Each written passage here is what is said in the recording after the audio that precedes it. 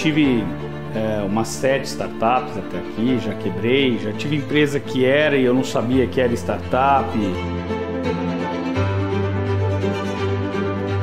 Eu acho que startup tem a ver com a 4ª revolução industrial, com essa coisa da escalabilidade através da tecnologia.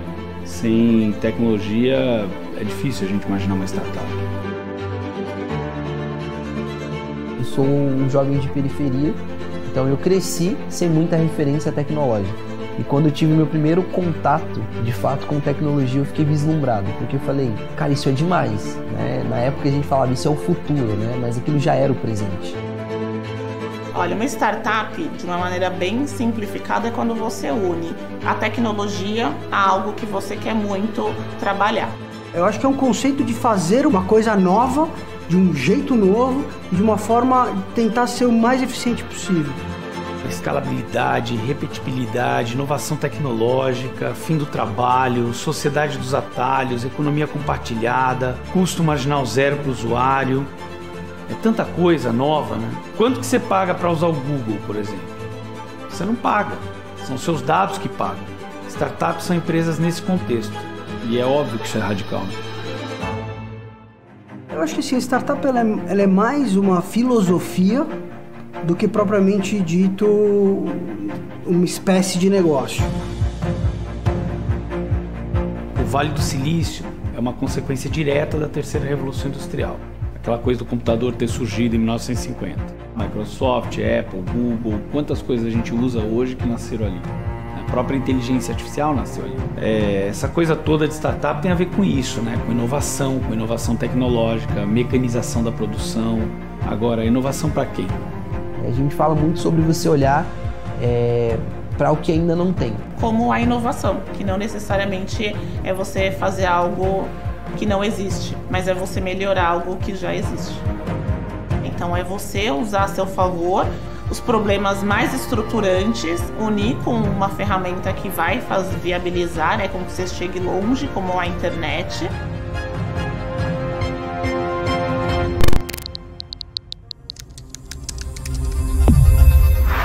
O início da Mais Um Code foi fundamental. Tanto eu quanto o Diogo, nós não tínhamos referências empreendedoras no nosso meio. Então, como que nós chegaríamos, por exemplo, para um parente, para uma pessoa, ou amigos CLTs, e compartilhasse com eles, olha, a gente vai largar os nossos empregos para criar uma edtech, para mudar a vida das pessoas. Empreender é sempre um ambiente de incerteza. Você não está fazendo um investimento seguro. Nesse contexto ainda é muito mais incerto. Só que essa é uma atividade consolidada no mundo contemporâneo. Você não tem como escapar dela. Você tem que aprender, ter noção, dominar o empreendedorismo. Nesse contexto de profunda transformação tecnológica, empreender é uma forma de empoderamento. Quando eu penso em transformação social, eu penso que o empreendedorismo ele pode contribuir para que você ascenda, né, ou que você chegue em lugares que por vezes são te limitados. O empreendedorismo é uma escola maravilhosa. Eu cresci muito como pessoa sendo empreendedor, porque você passa por múltiplos desafios. E eu brinco que ser empreendedor é você cruzar o escanteio e cabecear pro gol. Essas pessoas, elas se preocupam com vocês. Então elas vão falar, olha, fica aqui, fica no que é seguro, né? Não se aventura nisso. E não é maldade, porque você está pedindo um conselho para pessoas que nunca tiveram um negócio. Empreender já é um grande desafio. Quando você é mulher, é um desafio ainda mais só por você ser mulher. Porque vão te olhar diferente, vão achar que você não tem as competências necessárias, que você não sabe fazer. Eu tive a oportunidade de ir tanto na Brasilândia, lá dentro mesmo, que eu moro próximo, quanto em Paraisópolis. E lá eu conheci diversas iniciativas criadas por mulheres, dentro da periferia. Uma iniciativa que tem totalmente uma visão e uma cara muito masculina, que é de construção feita por mulheres. Toda a estrutura, desde a CEO até no fim, são mulheres trabalhando para a construção. Acreditar na gente enquanto mulher e quando a gente resolve empreender já é muita coisa. Então, assim, acredite em você, dê esse primeiro passo, busque por conteúdos que vão te ajudar nessa jornada, e aí tem vários os caminhos que podem acontecer. E isso pode variar dependendo de uma série de coisas, dependendo do mercado que aquela empresa está inserido, dos concorrentes que ela tem. Se ela é uma ideia muito disruptiva, muito inovadora, normalmente ela queima muito caixa inicial, porque você tem que ensinar as pessoas sobre aquele novo negócio. Eu penso que são águas turbulentas, né?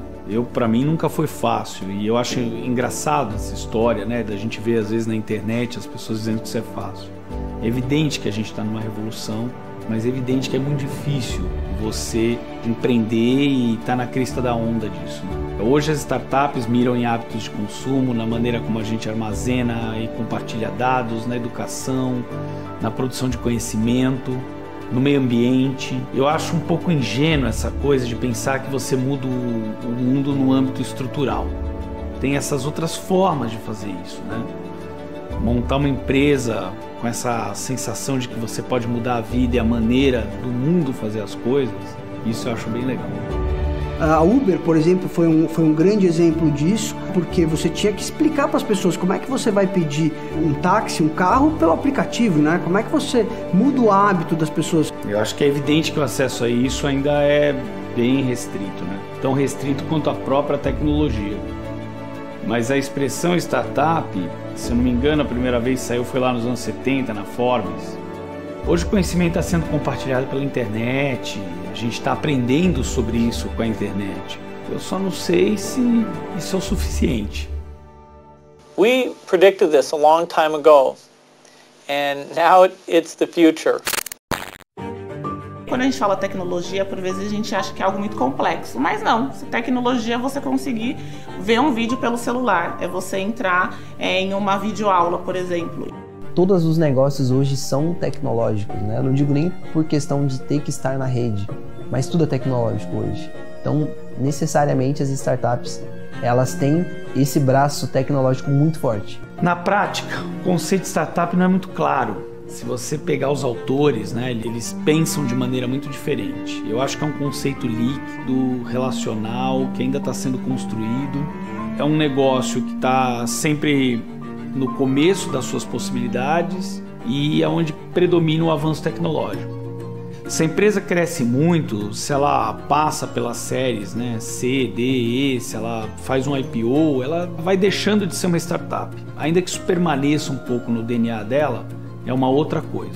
Eu entendo que esse desenquadramento, não sei se essa seria a palavra, de uma startup para uma big tech, para um grande negócio, ele é baseado em demanda e faturamento. Eu montei a minha primeira startup, eu tinha 40 anos, né? Já era velho, né? Mas hoje eu tenho sócio de 20 anos de idade. É muito legal isso, né? Eu gosto muito de trabalhar com equipes multidisciplinares em vários sentidos, né? Quer seja de idades ou de backgrounds diferentes. E eu acho que isso traz uma riqueza muito grande. Por quê? A pessoa mais velha, ela tem uma experiência que o mais jovem não tem, pelo simples fato dela não ter quilometragem, não ter passado por um monte de problemas, de processos que os mais velhos passaram. Por outro lado, o mais jovem traz um dinamismo no pensamento, um dinamismo nas atitudes que falta um pouco para as pessoas mais velhas.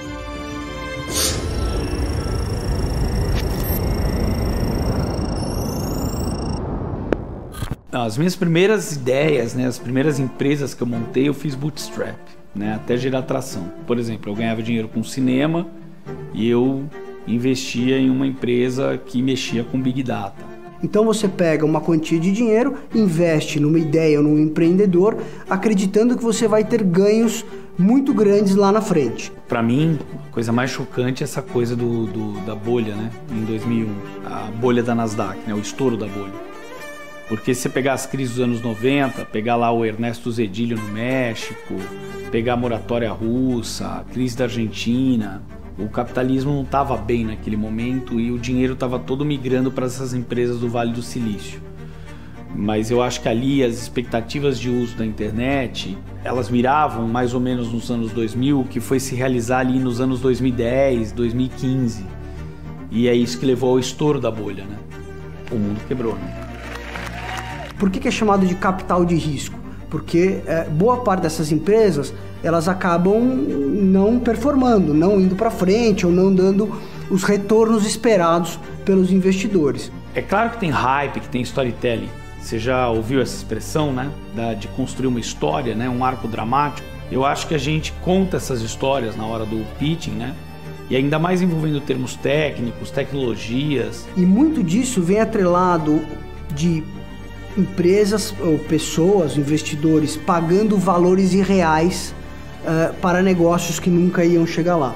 Para mim, a gente tem que olhar o tempo inteiro para a sociedade, para o mercado, se aproveitar de etnografia de mercado, antropologia social e aprender com os erros.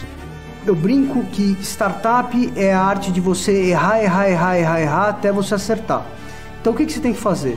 Descobrir os erros rapidamente e errar barato.